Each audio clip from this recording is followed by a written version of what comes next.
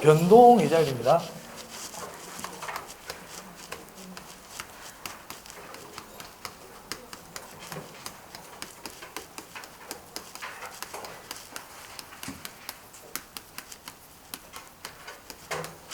자, 우리 앞 시간에 고정 이자율 제도는 물가가 오르더라도 대출자인 은행이 이자율을 올릴 수가 없잖아요.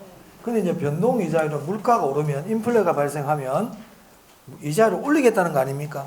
그래서 이 변동 금리는 인플레 위험을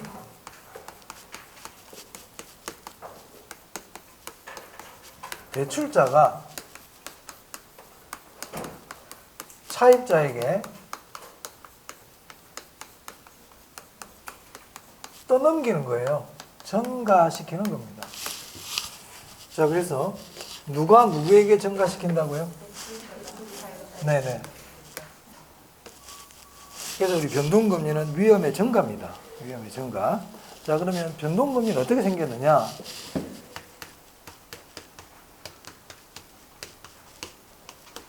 기준금리에 가상금리를 더합니다. 자, 우리 책에 보면 거기 320페이지죠. 동그라미 3번 변동이자율 제도에서 이자율의 결정 그래가지고 기준금리 플러스 가상금리라고 돼 있죠. 자, 그럼 변동금리에서 첫 번째 우리가 알아야 될 내용, 그럼 물가가 변할 때 기준금리의 물가를 반영하느냐 가상금리의 물가를 반영하느냐, 이게 첫 번째예요. 기준금리를 올릴까요? 가상금리를 올릴까요? 기준금리를 올려요.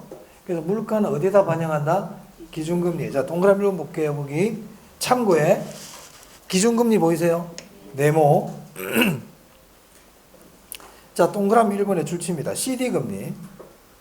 CD금리라고 있습니다. 거기. 그리고 코픽스금리. CD금리와 코픽스금리를 기준금리로 이용합니다. 그럼 앞으로 CD금리, 코픽스금리가 나오면 이거는 변동금리예요. 그리고 그 중에서 기준금리입니다. 기준금리. 자, 그리고 동그라미 2번 보세요. 시장 상황에 따라 변동 보이세요? 거기 밑줄 치세요. 시장 상황에 따라 변동. 그 말은 물가가 변하면 어디에다 물가를 반영한다? 기준금리예요. 기준금리의 물가 변동을 반영한다는 뜻이에요. 자, 그 다음에 가상금리 네모할게요. 가상금리는 그 동그라미 2번입니다. 개인의 연체 실적 등 신용도에 따라 다르다. 그래서 가상금리는 차입자들마다 은행이 다르게 적용해요. 자, 그럼 기준금리 보세요. 기준금리는 차입자마다 같을까요? 다를까요? 같아요. 기준금리는 똑같아요. 이 기준금리는 은행이 정하는 게 아닙니다. CD금리, 코픽스금리를 이용해가지고 최근에도 우리 한국은행 총재가 기준금리 동결시켰잖아요. 뉴스 보셨어요? 기준금리는 은행이 정하는 게 아니에요. 그러니까 은행들은 기준금리를 통해서 은행들이 이익을 남기는 게 아니거든요. 그 은행들은 어디를 가지고 이익을 남기냐면 가상금리를 가지고 이익을 남겨요. 우리가 이익을 마진이라 그러죠. 그래서 가상금리를 마진이라 부릅니다. 그럼 어떻게 마진을 남기냐면 차입자 연체 실적이나 신용도에 따라 다르게 이자율을 적용시켜가지고 거기서 이제 마진을 남기는 거예요. 자, 그 다음 320페이지 그 밑에 양가로 3번에 특징 보이세요? 거기 별표하세요. 변동금리 여기가 중요해요. 변동금리의 특징입니다. 자, 동그라미 1번 출치입니다. 대출자가 선호한다. 대출자가 선호한다. 그리고 거기 위험 동그라미 차입자에게 전가 밑줄. 아까 제가 말씀드렸죠. 변동이자율 제도는 위험을 대출자가 차입자에게 떠넘기는 방식입니다. 2번은 별표 2개입니다. 동그라미 2번 별표 2개입니다. 자, 거기 줄 칠게요. 이자율 조정 주기가 짧을수록 줄 치세요. 자, 이자율 조정 주기가 뭐냐면 변동금리는 이자율을 바꿀 수 있다고 그랬잖아요. 그럼 이거를 3개월마다 바꾸느냐 6개월마다 바꾸느냐 9개월마다 바꾸느냐, 이자율 조정 주기가 있단 말이에요. 그러면 이자율을 빨리 바꾸면 빨리 바꿀수록 누가 유리해요? 은행이 유리하죠. 대출자가 유리하다고. 빨리빨리 바꿀 수 있으니까. 대출자가 유리 딱 줄치시고요. 자, 그 다음 오른쪽입니다. 4번 별표입니다. 거기 채무 불이행 가능성 보이세요? 그 줄 한번 쳐봐요. 채무 불이행이 뭐죠? 돈 못 갚는 거. 그럼 돈 못 갚을 위험은 고정금리가 높을까요? 변동금리가 높을까요? 변동금리가 높아요. 그래서 거기 변동이자율 저당은 밑줄 딱 치시고요. 여기 동그라미 4번에 있죠. 변동이자율 저당은 채무불이행은 줄을 쳤잖아요. 채무불이행 가능성은 고정이자율에 비해 어떻게 된다? 커진다. 채무불이행 위험은 변동금리가 크다. 이걸 이자율이 막 올라가니까 돈을 못 갚을 위험이 커지는 거예요. 자, 그 다음 그 밑에 핵심 있죠. 핵심의 1번 별표입니다. 대출 시점 밑줄, 대출 시점. 자, 대출 시점에서 고정금리가 높을까요? 변동금리가 높을까요? 고정금리가 높아요? 생각해봐요. 고정금리를 한번 정하면 이자 못 올리잖아요. 그러니까는 처음 이자를 많이 받아야지. 또 고정금리는 은행이 유리하다, 불리하다? 고정금리는. 예를 들어 은행은 불리하잖아요. 은행이 불리하다든지 은행의 위험이 크잖아요. 그럼 은행은 이자를 높일까요? 낮출까요? 높입니다. 은행이 불리하면 이자 많이 받아요. 고정금리가 대출 초기 이자가 더 높습니다. 자, 그래서 이 세 개는 기억한다. 이자율 조정 주기가 짧을수록 대출자가 유리하다. 채무 불이행 위험은 변동금리가 더 크다. 대출 초반의 금리는 고정금리가 더 높다. 이 세 개는 기억해 주세요. 나머지는 굳이 안 보셔도 되겠습니다. 자, 그 다음. 자, 이제 어디를 보냐면 325페이지입니다.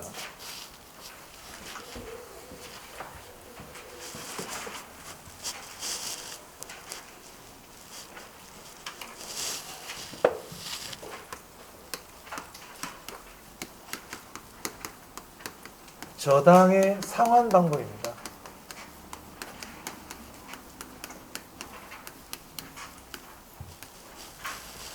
지난번도 또 생각날 때 말씀드려야지. 저도 깜빡 잘해가지고. 일주일에 한 번 보기 때문에 한 번 깜빡하면 일주일도 얘기를 해줘야 되니까. 제가 중간고사라 그래가지고 카페에 제가 문제 올렸다고 말씀드렸죠. 풀어보셨어요?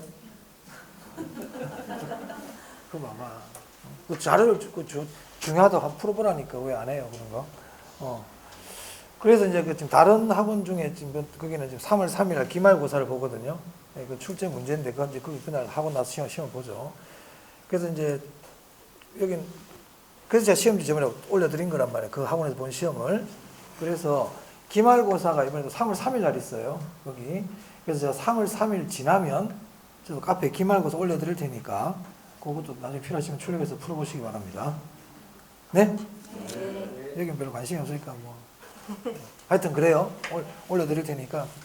거기 중간고사 같은 거기는 그 문제 많이 풀어보면 도움이 됩니다. 네. 자, 저당의 상환 방법 볼게요.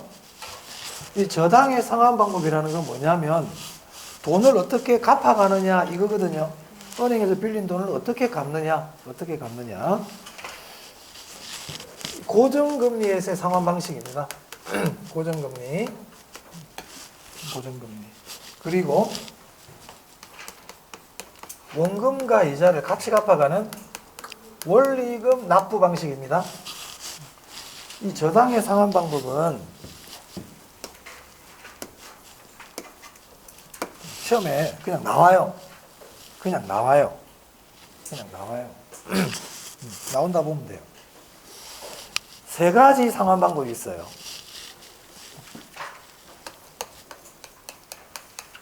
원금 균등 상환,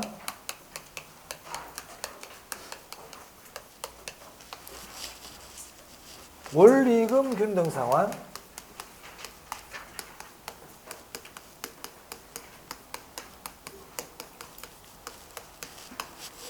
최정식 상환.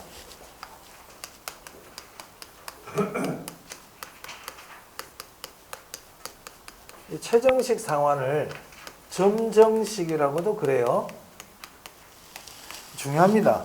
중요합니다. 잘 들으셔야 됩니다, 이거. 자, 제가 이걸 설명하기 위해서 예를 하나 만들어 볼게요. 대출 원금이 1억 원,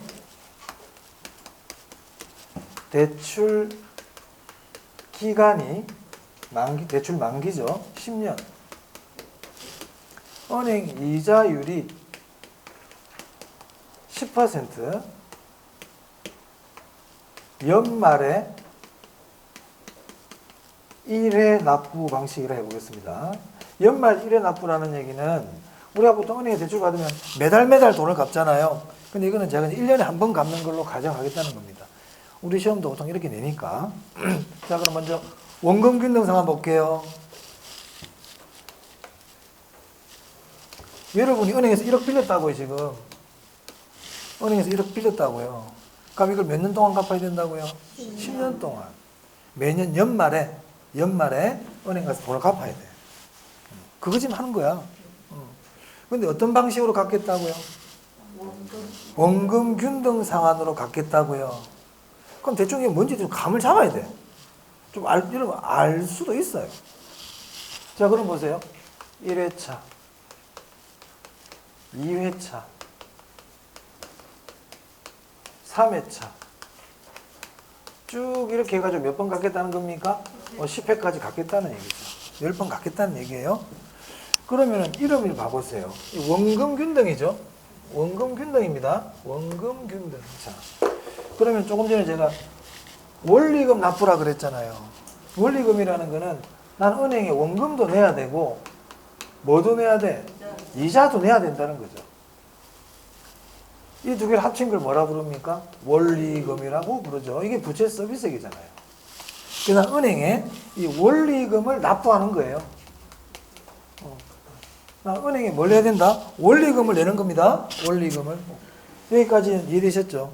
자, 그러면 원금 균등이다. 그럼 대출 원금이 얼마인데요? 1억 원. 그럼 1억 원을 똑같이 나눠내겠다는 거잖아. 균등이라는 거는 똑같이 나누겠다는 얘기잖아요. 그럼 얼마씩 내면 될까요? 그렇죠. 1,000만 원. 원금 1,000만 원. 1,000만 원. 1,000만 원. 이렇게 쭉 해서 대출 원금 1억을 갚겠다는 얘기죠. 자, 그러면 원금만 갚아야 됩니까? 이자도 내야 됩니까? 이자도 내야지. 이자. 자, 여러분 이자 있죠. 이자는 어떻게 구할까요? 대출 잔액에다가요. 다 아는 얘기죠. 이자율 곱하면 됩니다. 그렇잖아요. 갚은 돈은 이자 낼 필요 없잖아. 잔액에다가 이자를 곱하면 되지. 이 꼭 기억. 이자 구할 때는 이게 기본이야. 기본식이라고. 항상 이자는 저렇게 구해야 돼. 이자는. 자, 그러면 1회차 이자 얼마일까요? 1회차 이자. 얼마? 100만 원이라고 얘기하는 분들은 여기다 이게 곱해버리죠, 지금. 제가 조금 전에 이자는 뭐라고 그랬어요? 그럼 제가 이렇게 가르쳐 드렸으면 이걸 가지고 풀어야 되죠. 근데 이거는 이대로 내비둬버리고 있잖아요. 자기 방식으로 풀어요. 항상 이게 여러분 그냥 쉽게 흘려가 넘어가는 얘기가 아니야. 내가 조금 전에 이자는 대출 잔액에다 이자를 곱하라고 그랬잖아요. 자, 이 방이 있잖아. 이 방을 열려면 열쇠가 있어야 돼. 근데 나 열쇠가 없어. 여기 방 안에 있어. 그럼 이 문을 열려면 열쇠 갖고 열어야 돼. 열쇠 아니면 안 열린대. 그럼 여러분들 뭐 해야 되지, 빨리? 열쇠를 찾아야 되지. 열쇠를 찾아야 되잖아. 자, 이 방문을 열기 위해서는 열쇠로 열어야 됩니다. 이렇게 얘기를 해줬는데 열쇠를 안 찾고 망치 찾고 있어, 지금. 자기만의 방식으로 열고 들어가려고 한단 말이야. 이 문을 열려면 열쇠가 있어야 됩니다. 그래서 열쇠를 찾는 게 정답 첫 번째 행동 뭐예요? 열쇠 찾기. 자, 마찬가지. 이자를 구하래. 이자를 구하기 위한 첫 번째 행동은 뭐야? 잔액 찾기. 근데 저거는 내비둬버리고 그냥 아무 집에다가 곱하기 씌워버리고 100% 잃어버린단 말이야. 이게 잔액이에요? 잔액 아니잖아. 그러니까. 그러면 잔액이 얼만데? 그래, 내가 자꾸 얘기하는 이유는 앞으로 또 질문 또 할 거거든. 이자를 물어보면 우린 뭘 찾는다? 잔액? 지금 또 물어볼 거야. 뒤에 가면 계속 나와. 이자를 구할 때는 잔액을 찾아야 돼. 그럼 이 얼마 남았어? 잔액 얼마죠? 1억이죠. 이 사람 지금 돈 빌리고 처음 갚으러 왔잖아요. 그럼 이자 얼마일까요? 1억에 대한 10%니까 얼마입니까? 그렇지. 이 개념 중요하단 말이야. 자, 그럼 우리 시험 계산 문제 이겁니다. 2회차 이자 구하세요. 계산 문제예요. 자, 2회차 이자는 얼마일까요? 뭘 찾아라 빨리? 잔액을 찾아라. 잔액 얼마인데요? 9천만 원이죠. 1,000만 원 갚았잖아 작년에. 그럼 잔액 9천만 원이죠. 그럼 9천만 원에 대한 10%죠. 맞습니까? 그럼 얼마인데요? 900만 원이죠. 오케이. 그럼 1회차 원리금 2천만 원. 2회차 원리금은 1,900만 원이 되겠네요. 맞아요? 그럼 질문. 자, 만약 여기서 6회차 이자 구하래요. 이 계산 문제죠, 시험에. 6회차 이자. 그럼 뭘 구하라? 잔액. 그럼 잔액 얼마 남았을까요? 그래. 5천만 원 남았다. 몇 번 갚았어요? 5번 갚았죠. 몇 번 남았어요? 5번 남았죠. 잔액 5천이잖아요. 5천만 원에다가 10%를 곱해야 되겠죠. 그럼 얼마입니까? 500만 원이죠. 그럼 원리금은 얼마인데요? 여기 1,000만 원, 저쪽 앉아있죠. 이쪽 원금은 항상 1,000만 원 갖고 있잖아. 1,500이죠. 계산 문제 이런 거 나옵니다. 지금은 계산 문제 하는 건 아니지만 벌써 제일 어려운 계산 문제 했어요. 벌써 끝났어요. 그래, 이자 구할 때는 뭘 해라고요? 잔액에다 이자를 곱한다. 그럼 여기서 이제 제가 하고, 이거는 계산 문제고, 자, 이론적으로 볼게요. 자, 원금균등상환은 은행에 원리금을 갚습니다. 은행이 원리금을 갚죠. 원리금은 원금과 이자로 이루어져 있다고요. 근데 원금균등상환이니까 이 원금 부분이 어때요? 똑같죠? 똑같잖아요. 이 똑같다는 걸 우리는 표현할 때 불변 이렇게 해도 되고요. 일정 그래도 됩니다. 같은 말입니다. 원금균등 일정하죠? 원금 일정하잖아요. 불변이라고. 원금 부분은 그대로 안 변한다고 이렇게. 그럼 이자는 어떻게 돼요? 시간이 갈수록 감소하죠. 그럼 원리금은 어떻게 될까요? 예? 증가한다, 일정하다, 감소한다. 감소하겠지, 얘가 줄어드니까. 여기가 포인트예요. 원금균등 상환은요, 은행에 납부하는 원리금이 점점 줄어드는 방식입니다. 자, 책 보겠습니다. 여기도 줄 쳐야 돼요. 325. 원금균등 상환 방식. 거기 동그라미 2번 보이세요? 거기 별표 2개 하세요. 거기가 중요해요. 자, 2번에 줄칩니다. 원금은 불변. 그 앞에 이제, 앞에 것도 저는 시간이 경과함에 따라서 줄을 치세요. 시간이 지남에 따라. 원금은 어떻게 된다? 불변. 이자는요? 감소. 그 원리금은 어떻게 돼요? 감소. 거기 원리금 감소 줄치고 거기가 별표 3개라고요. 그 여러분 원금 균등 딱 나오면요. 원리금이 점점 감소한다. 이걸 반드시 알고 있어야 됩니다. 시험은 이걸 여기를 물어봅니다. 시험은 여기를 물어본다고요. 됐나요? 그래서 그 위에 보시면 동그라미 1번에 있잖아요. 동그라미 1번에 첫째 줄, 둘째 줄, 끄트머리. 초기 상환액이 가장 많고 후반기 상환액이 가장 적은 방식 보이세요? 그게 줄치세요. 무슨 말인지 이해되세요? 자, 원금균등은 여러분 저 한번 봐보세요. 원금균등은 항상 이걸 딱 기억해야 돼. 원금균등은 처음에 많이 갚아. 시간이 갈수록 적게 갚아. 그래서 뒤에 가면은 제일 적게 갚는 방식이야. 이 3개 중에서. 그럼 이 3가지 방식 중에 처음에 돈을 가장 많이 갚는 게 뭐라고요? 후반부에 제일 적게 갚는 게 뭐라고요? 원금균등이라고요. 처음에도 많이 갚고 나중에도 많이 갚고 말도 안 되잖아. 그죠? 지금 이 세 가지 방식은요. 은행에서 1억을 빌렸단 말이야. 이 빌린 1억을 갚는 방식을 지금 공부하고 있는 거예요. 그럼 얘는 어떤 방식이라고요? 원금 균등은 어떤 방식이라고요? 처음에 많이 갚는다고요. 처음에 많이 갚는다고요. 뒤로 갈수록 적게 갚는다고요. 그러니까 여러분들이 저당의 상환 방법이 지금 뭐뭐 있어요? 제목 한번 봐봐요. 아, 여기 뭐라고 적어놨어 지금? 왜 보고 있는 거? 이것도 머리에 딱 기억하고 있어야 돼요. 공부할 때는. 저당의 상환 방법 뭐 있다고요?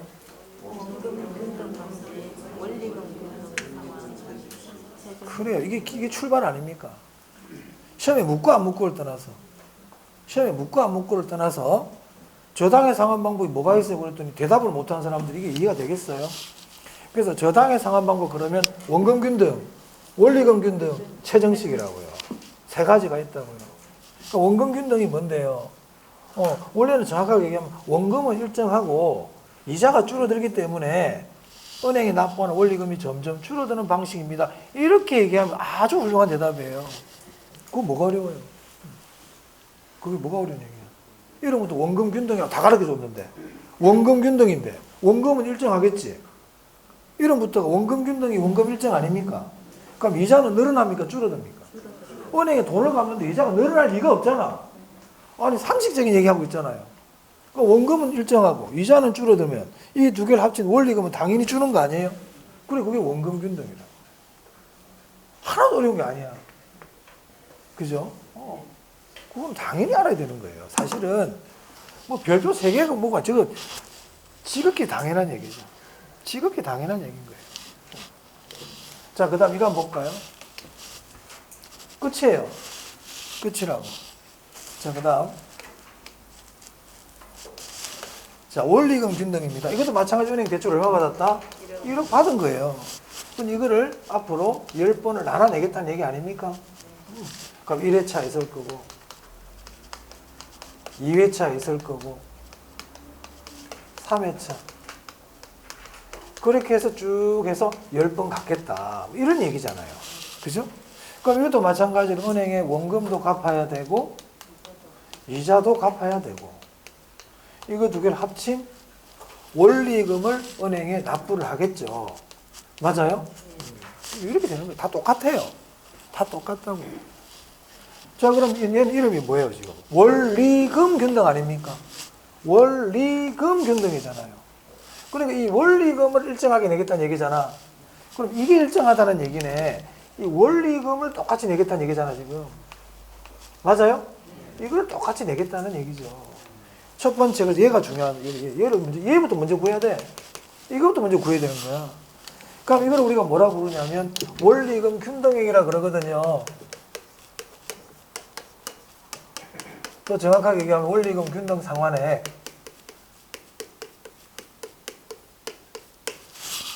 이 원리금, 이거 화폐 시간까지 전에 제가 했습니까? 안 했어요? 했는지 안 했는지 지금 구별이 안 됩니까? 지금 혹시나 안 했을 수도 있고 안 했을 수도 있거든요. 어디를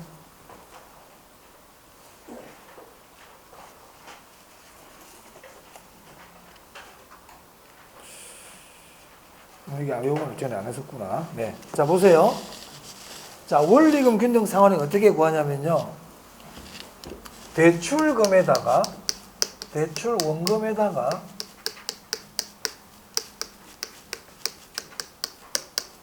저당 상수를 곱합니다.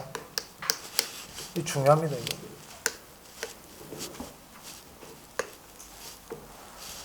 원리금 균등 상환액 구할 때는 뭘 쓴다고요? 저당 상수 써요. 원리금 균등액 구할 때. 원금 균등액 구할 때 저당 상수 쓴다 그러면 안 됩니다. 저당 상수는 항상 원리금 균등과 관계 있어요. 그럼 시험에 자료를 줘요. 저당 상수를 가르쳐 줘. 여기서 이제. 그럼 저당 상수가 0.16이라 그래 보겠습니다. 저당 상수가 0.16. 시험에 자료를 줍니다, 저렇게. 자, 그러면 원리금 균등 상환액 어떻게 되느냐? 대출금이 지금 1억이죠? 곱하기 0.16을 한다 이 말이에요. 그럼 얼마죠? 1,600만 원이 되겠죠. 그래서 은행에 매년 1,600씩 갚는 거예요. 1,600만 원, 1,600만 원, 1,600만 원. 이렇게 갚아가겠다는 겁니다. 이게 원리금 균등액입니다. 원리금 균등상은 어떻게 하는지 아시겠습니까? 여러분이 지금 만약에 은행에서 대출을 받은 게 있는데 내가 매달 원금과 이자를 똑같이 갚아간다. 그럼 여러분들은 지금 원리금 균등으로 갖고 있는 거예요.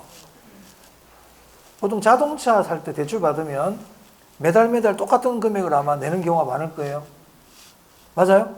원리금 균등. 요즘 아파트 담보대출도 그렇게 많이 하죠. 아파트 담보대출을 받았는데 내가 매달 70만 원씩 내고 있다. 70만 원씩. 원금과 이자 합쳐가지고. 그럼 그거는 원리금 균등으로 갖고 있는 겁니다. 오케이? 여러분 카드로 물건 샀잖아요. 10개월 할부로. 10개월 할부로. 무이자 아니야. 이제 이자가 있다 해볼게. 그럼 카드 결제 금액이 매달 똑같아요. 갈수록 결제 금액이 줄어들어요. 줄어들지? 원금 균등이야. 카드 결제 금액은 원금 균등으로 갚는 거예요. 여러분 100만 원 끊었어. 10개월로. 그럼 첫 달 결제금 어떻게 되냐면 100만 원을 10달로 나눠. 그럼 원금이 얼마예요? 10만 원. 100만 원 나누기 10만 원. 10만 원이죠. 거기다 카드사 수수료. 그게 이자입니다. 그럼 10만 원에다 수수료 돼가지고 10몇만 원 나오겠죠. 맞아요? 자, 두 번째 결제. 원금 10만 원이죠. 그럼 수수료가 그대로일까? 수수료가 줄었을까? 줍니다. 왜? 작년에 10만 원 저번 달에 10만 원 갚았거든. 남아있는 90만 원에 대한 수수료를 받는 거예요.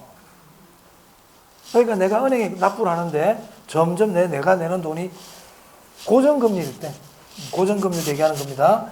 은행에 납부한 돈이 점점 줄어드는구나. 아, 이거 원금 균등으로 갖고 있다는 얘기고요.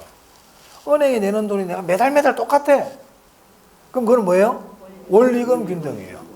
별거 없어. 그런 내용이란 말이야. 그럼 이때 원리금 균등액 구할 때는 어떻게 구한다?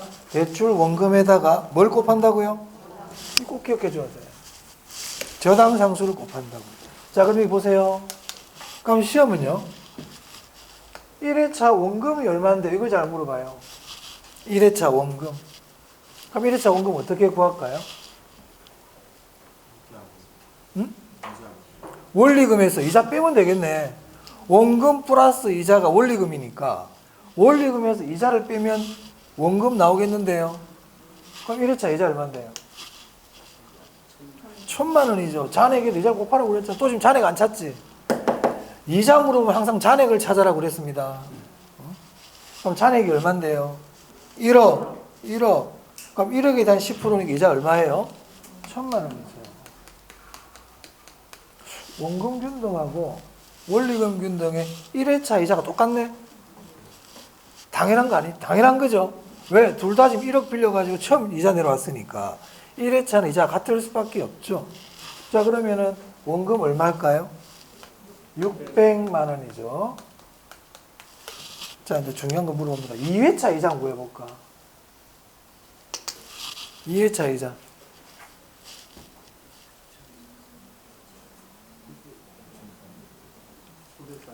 그렇죠. 잔액을 구하라고 그랬죠. 아니, 잔액도 못 구하면 어떡해? 은행에서 돈 갚으라는 대로 갚겠는데 보니까. 아니, 이거, 지금 얼마 빌렸어, 이 사람 처음에?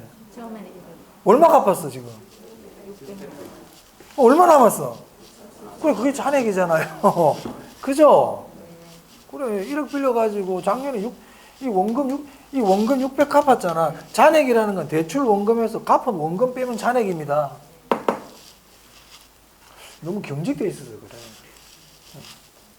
실제로 친구 간에 동거래 같으면은 100원도 더 안 주려고 그럴 건데. 정확하게 계산할 건데 아마. 그죠? 1억 빌려가 600 갚았죠? 잔액 얼마인데요? 9,400만 원이죠. 그럼 여기에다 10%를 곱하면 얼마입니까? 940만 원입니다. 사실은 돈 이제 빠른 사람들은요, 이게 당연히 940이지 금방 하는 사람도 있어요. 빠른 사람들. 돈이 빠른 사람들이 있거든. 이거는 학문화 관계없이 돈에 빠른 사람들이 있다고요. 바로 알아요. 여기 900만 원이지. 이자 얼마 줄었어요? 100만 원 줄잖아. 이분들, 야, 작년에 1000만 원 갚았잖아. 갚은 만큼 이자 줄여야지. 1000만 원에 이자 10%면 얼마예요? 그러니까 이자 100만 원 줄잖아요.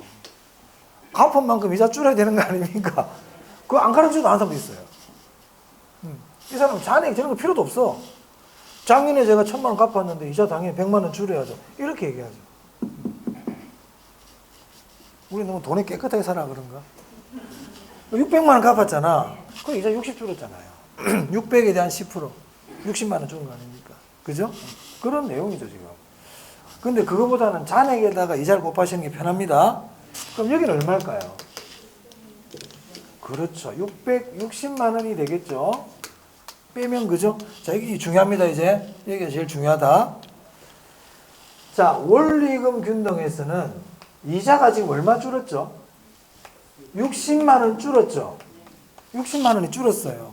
근데 원리금 균등은 이거 두 개 더한 게 항상 같아야 돼요. 그러면 여기서 60만 원이 줄었으면 이 원금 부분은 60만 원이 증가해야 이 둘이 합친 게 계속 2600이 되지 않겠어요? 맞습니까? 중요하다고요. 원리금 균등은요, 이자가 줄어든 만큼 원금 부분이 증가해서 이 원리금이 일정하게 유지되는 겁니다. 그래서 보세요. 원리금 균등 상환도 은행에 원리금을 갚는 거야. 원리금은 원금과 이자로 이루어져 있다. 그죠? 근데 원리금 균등이니까 원리금이 일정하겠죠. 맞습니까? 이자는요? 이자는 당연히 감소죠. 자, 그런데 이자가 줄어든 만큼 이 원금 부분이 증가를 해야 이 두 개 더한 게 일정하지 않겠어요? 그래서 여기가 중요하다고요. 원금 균등은요, 원리금 감소가 중요하다 그랬고, 원리금 균등은 그 원리금 안에 있는 원금 부분이 시간이 갈수록 점점 증가하는 방식입니다. 자, 우리 교재 볼게요. 자, 326. 원리금 균등. 둘째 줄에 시간이 경과함에 따라 밑줄 치세요. 자, 거기는 원리금 불변 보이세요? 그것부터 줄 칠게요. 원리금은 불변이다. 이자는요? 감소한다. 그래서 원금은 어떻게 된다? 증가한다. 원금 증가 밑줄 치고 그게 별표 3개예요. 거기가 포인트라고요. 꼭 기억합니다. 시험장에 가면 저당의 상환 방법이 시험에 나오잖아요. 반드시 내요, 얘는. 반드시 내요. 반드시 내요. 원리금 균등 나오면 원금 부분이 점점 증가한다. 그래서 원리금 균등은 처음에 은행에 1600만 원 갚았죠. 이자가 훨씬 더 많아요. 이자가 많아요. 그래서 원리금 균등은 원리금 안에 처음에는 뭐가 더 많다? 이자가 더 많습니다. 이자가. 그래서 시간이 갈수록 이자는 점점 줄어들고 원금 부분이 늘어나는 그런 방식이에요. 됐고요. 원리금 균등까지 봤어요. 최정식 한번 볼게요. 최정식, 점정식 그러면 어떻게 갚을 것 같아요? 이거는요. 어떤 방식일 것 같아요? 그렇죠. 처음에는 돈 얼마 안 갚아. 조금만 갚아. 그러다가 시간이 갈수록 점점 많이 갚는 방식. 그러니까 점점 증가한다 이 말이지. 대출 초반에는 사실은 3월달에 말씀드릴 텐데 이자도 다 안 내. 그러니까 처음에 조금만 내. 시간이 갈수록 어떻게 된다? 많이 낸다. 그러면 이 방식은 지금 현재 소득이 많은 사람일까요? 적은 사람이 하는 방식일까요? 나이든 중장년층 아니면 젊은 층. 젊은 층에게 선호하는 방식이에요. 지금은 돈이 없거든. 아직 앞으로 미래에 내가 소득이 증가할 거기 때문에 나중에 많이 갚을게요. 지금은 조금만 갚을게요. 이 방식이란 말이에요. 자, 그 책을 한번 보시면요. 점정식 동그라미 1번입니다. 줄 한번 쳐볼게요. 초기에 원리금 상환 지불액이 낮으나 줄 치고요. 지불액이 점차 증가하는 방법이다. 그래서 지불액이 점차 증가하기 때문에 이걸 점정식이라 불러요. 2번이 별표죠. 미래 소득 증가가 예상되는 젊은 저소득층에게 유리하다. 줄치세요. 시험에 이렇게 나온 적이 있죠. 최정식 상환 방식은 은퇴 예정자에게 적합한 상환 방식이다. OX. X지. 은퇴 예정자가 어떻게 돈을 내겠어요, 앞으로. 됐나요? 네. 그럼 다 했어요, 지금. 중요한 건 다 했단 말이야. 자, 원금 균등 상환. 처음에 돈 많이 갚는다. 시간이 갈수록 적게 갚는다. 원리금 균등. 처음부터 끝까지 똑같은 돈 갚는다, 은행에. 최정식. 처음에는 조금만 갚고 나중에 많이 갚는다. 이 얘기입니다. 이게 핵심 뜻입니다. 됐어요? 자, 그리고 원금 균등, 원리금 감소. 원리금 균등은 원리금 안에 들어있는 원금 부분이 시간이 갈수록 점점 어떻게 된다? 증가하고 이자 부분은 줄어들고 이 얘기입니다. 그게 원리금 균등입니다. 됐어요? 자, 그 다음 이제. 그 다음. 그럼 시험은 어떤 걸 묻느냐?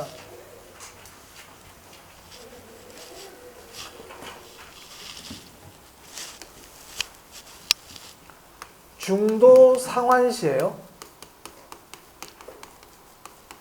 여기서 중도 상환이라는 거는 조기 상환을 생각하시면 돼요. 조기 상환. 지금 중간에 대출한 지는 3년 정도 됐는데 은행에 돈 갚으러 왔다고 다 갚아버리려고. 그러면 중도 상환시 대출 잔액.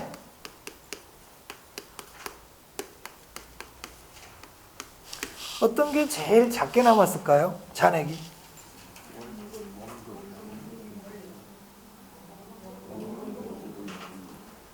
원금 균등이죠. 아니 원금 균등 나 처음에 많이 갚는다고 그랬잖아. 처음에 많이 갚았으면 잔액이 작겠지.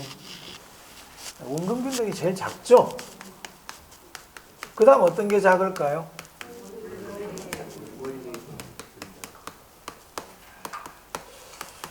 어떤 게 제일 많이 남았을까요? 그렇죠. 자, 잘 들으세요 지금. 중도 상환시, 조기 상환은 대출 잔액 이렇게 됩니다. 상환액이라 그래도 괜찮아요. 상환액. 자, 여러분 여기서 뭘 주의해야 되냐면 상환액이라는 말을 갚은 금액이라고 생각할 수도 있잖아요. 자, 여기 한번 봐봐요. 327페이지 한번 무슨 말이냐면 327 대출 상환 방식의 상호 비교 보이세요? 자, 거기 1번 봐봐요. 대출 초기의 상환액이 많은 순서라고 되어 있죠. 네? 여기서 상환액은 갚은 금액을 얘기해요. 그럼 이 세 개 중에 대출 초반에 어떤 게 돈을 가장 많이 갚았어요? 원금 균등이죠. 원금 균등은 처음에 많이 갚는 거. 그러니까 제일 중요한 게 뭐냐? 원금 균등 처음에 많이 갚는다. 이걸 잊어먹으면 안 돼. 원금 균등은 처음에 많이 갚는 거야. 그러니까 대출 초기 상환액이 많은 순서 그러면 제일 큰 게 뭐예요? 원금 균등. 그 다음 원리금 균등. 그 다음 뭐예요? 최정식이죠. 자, 그런데 2번 한번 봐봐요. 중도 상환시 나왔잖아요. 중도 상환시. 자, 조금 전에 대출 잔액 얘기했죠. 대출 잔액. 원금 균등이 제일 작죠. 원리금 균등도 제일 작죠. 최정식이 제일 크잖아요. 이건 이해되세요? 자, 그런데 중도 상환시 상환액 그러잖아. 중도 상환시 상환액이야. 그럼 결국 이 말은 대출 잔액이라는 뜻이잖아요. 내가 중간에 상환하러 왔는데 그 상환액을 구하라고요. 저기서 상환액은 갚은 금액을 얘기하는 게 아니라고요. 앞에 어떤 글자가 있을 때 중도 상환시, 조기 상환시 상환액은 그 말은 잔액을 의미한다고요. 여러분 헷갈릴까봐 그래요. 중도 상환이라는 말이 없이 그냥 상환액 그런 거는 지금까지 갚은 금액이고 중도 상환시 상환액 그런 거는 잔액 그렇지 남은 금액을 얘기한단 말이에요. 지금 갚으러 왔잖아요. 그 상환액 구하라는 뜻이거든. 자, 그 다음 이 같은 말이에요. 자, 총 이자 납부액 볼게요. 총 이자 납부액 그래도 되고요. 총 납부액 그래도 돼요.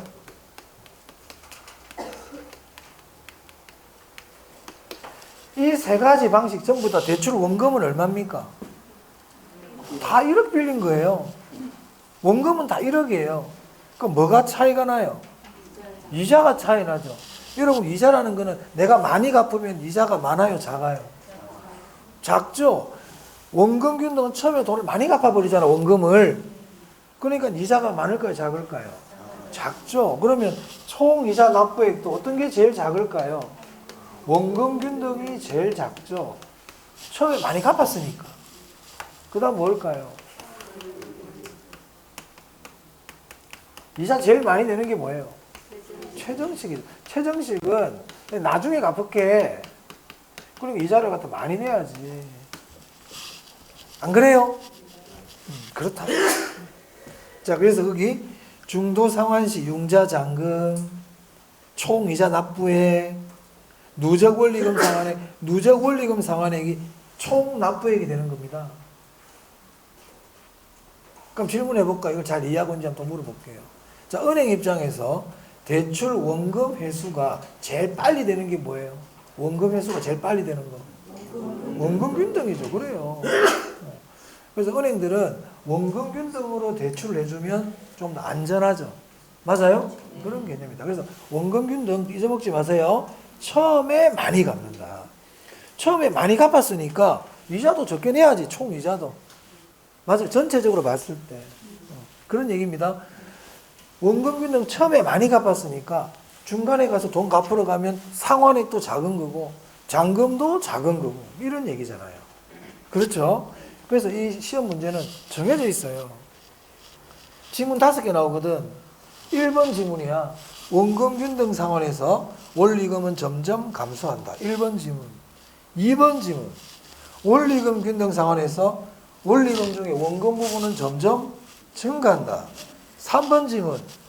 최정식 상환은 미래 소득이 증가할 것으로 예상되는 젊은 층에게 유리하다. 4번 지문. 중도 상환 시 대출 잔액, 중도 상환액 4번 지문이에요. 5번 지문. 뭐 어젯밤 거나 내겠지 뭐. 시험에 나오는 게 정해져 있다고요. 정해져 있다고요. 일단 그것도 빨리 기본적으로 돼 있어야 돼요. 그럼 제가 지금 하는 이 내용이 한 4월 달쯤 또 하게 될 거예요. 그때 돼가지고 또 지금 이렇게 설명 그때는 안 합니다, 제가. 그때는 그냥 원금 균등 그러면 원리금이 점점 감소하는 방식이고, 원리금 균등 그러면 원금은 증가합니다. 이렇게 바로 넘어갑니다. 이런 식으로. 제가 딴 거 얘기해야 된단 말이에요. 그때 이렇게 갚는 방식 설명할 수 없어요. 무슨 말이냐? 복습 잘 해두라고요. 그때 됐어도 또 뭐 이자 구하라고 그랬더니 잔액 뭐 이거 못 찾고 이러면 안 돼요. 그때 거기서 시간 끌고 있을 수가 없단 말이야. 그래서 미리 잘 해두세요. 다른 분들은 잘해 나가는데 다른 사람들은 대답도 잘하고 하는데 나는 못하고 그럼 굉장히 소외감 느껴요. 응? 그러면 사람이 재미가 없거든, 공부가. 그러면 포기한다고요. 내가 좀 1, 2월 달 복습을 안 해놓으니까 3, 4월 달에 못 따라가고 하면 재미가 없어요. 그 수업 시간에서 선생님도 바쁘니까 빨리 뭐 얘기 안 하고 넘어가 버리니까 질문하기도 좀 쑥스럽고 그래 되거든요. 근데 그러다 보면 자기도 모르게 점점 이 공부에 흥미를 잃게 돼요. 사실 1, 2월 달에 지금 뭐 어차피 지났으니까 어쩔 수 없잖아. 그죠? 1, 2월 달에 공부를 열심히 했어야 되는데 못했죠. 그럼 지난 거는 후회하지 말고 3월 달부터 3월 달도 얼마 안 남았습니다. 이제 오늘 내일 지나면 바로 3월 달이잖아요. 그죠? 그래서 3월 달부터는 진짜 열심히 해가지고 민법하고 개론은 2차 과목 할 시간 없어. 2차 과목 뭐 동영상 보고 복습하니 이런 거 하지 마. 1차도 지금 잘 못하는데 무슨 2차 복습입니까? 지금 2차 복습한 사람 있지? 하지 마라. 진짜로. 2차, 여러분이 왜 2차 복습한 줄 아세요? 오늘 열심히 한 사람들은 좀 열심히 하거든. 오늘 배운 거 4시간 동안 배운 거 다 복습했어. 집에 가가지고 책도 다 보고 동영상도 다 보고 다 했단 말이야. 1차 복습 다 한 줄 알아. 그리고 2차 또 동영상 보고 있어. 복습 안 끝났어, 지금. 1차가 내가 이 파트를 알려면요. 자, 원근균등, 원리근균등, 최정식 공부했지? 자, 그러면 확인 작업이 필요하다고 그랬죠. 복습을 동영상 뭐 보든지 책에 있는 줄친거를 보고 외웠다고 해서 복습이 끝난 게 아니라니까. 그 복습이 2단계까지만 끝난 거야. 복습의 3단계를 했을 때 내가 그게 되면 넘어가야 돼. 그럼 어떤 거예요? 자금의 상환 방법 뭐 있다고? 원금균등, 원리금균등, 최정식. 원금균등이 뭔데요? 원리금이 점점 감소하는 방식이고 초반에 대출을 많이 갚고 후반부로 갈수록 적게 갚는 겁니다. 원리금균등, 저당상수 이용합니다. 저당상수. 원리금 중에 원금이 점점 증가하는 방식입니다. 최정식, 처음엔 작게 갚고 나중에 많이 갚는 방식입니다. 젊은 층이 유리합니다. 그리고 중간에 상환했을 때 순서, 총납부의 순서, 이거를 내가 지금 얘기하는 것처럼 언제든지 얘기할 수 있을 때 끝난 거야. 그게 되면 2차 동영상 봐. 2차 공부하라고. 무슨 말 알겠어요? 영업현금으로 얘기 한번 해보세요. 어림셈법 얘기 한번 해보세요. 부채 감당률 어떻게 생겼어요? 부채 비율은 어떻게 생겼습니까? 요구 수익률은 뭡니까? 수년가는 뭡니까? 수익성 지수는 뭡니까? 내부 수익률은 뭡니까? 이렇게 질문했을 때 머릿속에 떠오르고 대답할 수 있으면 그때 2차 가는 거야. 안 되면 아직 안 됐다고. 근데 여러분은 그 책 좀 봤다고 복습한 줄 알고 공법 보고 중개법 보고 공시법 보고 세법 보고 이러고 있다고요. 나중 되면 6개 과목 보긴 봤는데 남은 하나도 없어. 하나도 없다. 어설픈데 2단계 올라가서 그렇단 말이에요. 그래서 1차 과목이 내가 어느 정도 복습이 됐는지 스스로 확인을 하려면 용어를 딱 봤을 때 생각이 나야 돼. 딱 봤을 때 탁. 완벽하진 않더라도 무슨 말 알겠어요? 그러면은 제가 아까 중간고사 같은 거 있죠? 띄워놨다 그랬잖아. 그걸 풀었는데 내가 한 70점이 나온다. 예를 들어서. 그러면 이게 좀 된 사람이야. 50점 되는 그냥 평균이고. 그 점수가 56점 다 났다고 그랬잖아요. 평균 점수가. 그러니까 그냥 70점 나오면 내가 좀 되는구나. 이런 거예요. 80점, 90점 나온 사람이 100점 됐다고 그랬지 내가. 그런 사람들은 조금 이제 복습을 열심히 하고 있는 사람들이죠. 그래서 3, 4월까지는 1차 과목 위주로 꼭 복습을 해주세요. 그래가지고 5, 6월달을 맞이해야 됩니다. 그래가지고 5, 6월달을 맞이해야 돼요. 자, 여기까지 보고 하면 돼요. 제가 진짜 제일 안타까운 건 선생님 하는데도 안 돼요. 아 진짜로. 마음 아프죠. 선생님 저는 하루에 4시간 5시간씩 공부를 하는데도 잘 안 됩니다. 그분 내 찾아오세요. 제가 방법을 찾아드릴게요. 그런데 선생님 저는 하루 4시간도 안 해서 안 돼요. 그거는 하면 돼. 내가 하루에 공부를 2시간도 안 하면서 잘 안 돼요. 그건 말도 안 되죠. 당연히 안 되는 것이 그거는. 하루에 내가 공부를 열심히 하는데 잘 안 된다. 이런 공부 방법이 좀 이상이 있는 거거든. 그런 분들은 제가 조금 얘기를 해보고 방법을 찾아드리지만 하루에 내가 공부를 2시간, 3시간도 안 하는데 잘 모르겠어요. 당연히 모르는 거예요. 그거는. 당연히 모르는 거예요. 자, 여기까지 보고요. 조금 쉬었다가 또 계속하겠습니다.